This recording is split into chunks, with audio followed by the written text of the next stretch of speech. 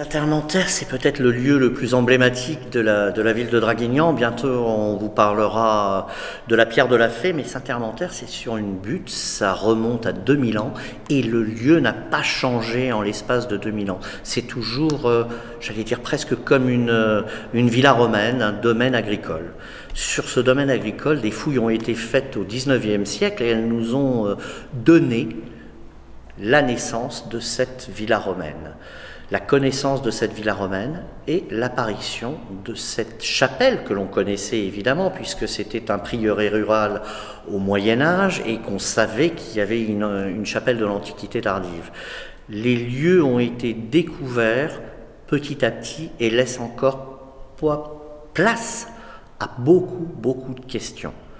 La façade nord n'est pas percée de fenêtres, alors que la façade sud, les contreforts n'ont pas la même épaisseur d'un côté que de l'autre. Les travaux intérieurs, le chemisage intérieur qui remonte au XIIIe siècle, donne un aspect complètement différent de l'établissement d'origine. Et puis, il y a les découvertes sur les ouvertures avec cette idée d'abside reliquaire que nous a donné Pierre Guérard et l'abbé Raymond Boyer il y a déjà quelques années de ça. Une des particularités de cette chapelle, c'est, outre sa largeur qui s'est réduite à partir du XIIIe siècle, c'est la conformation que l'on a sur l'abside.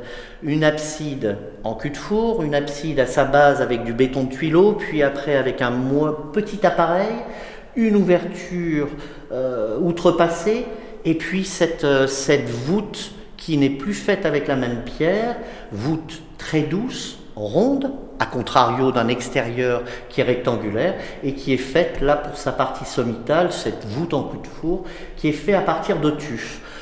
De là, une abside outrepassée qui referme un peu avec deux colonnes classiques presque de forme cistercienne et qui se referme encore par deux colonnes de marbre romaines qui avaient été peintes en noir avec des chapiteaux à feuilles d'acanthe. C'est quand même assez surprenant de voir un tel décor mis en scène comme un écrin qui préserve des reliques, l'abside reliquaire nommée par M. Boyer, le père Boyer et le docteur Guérard.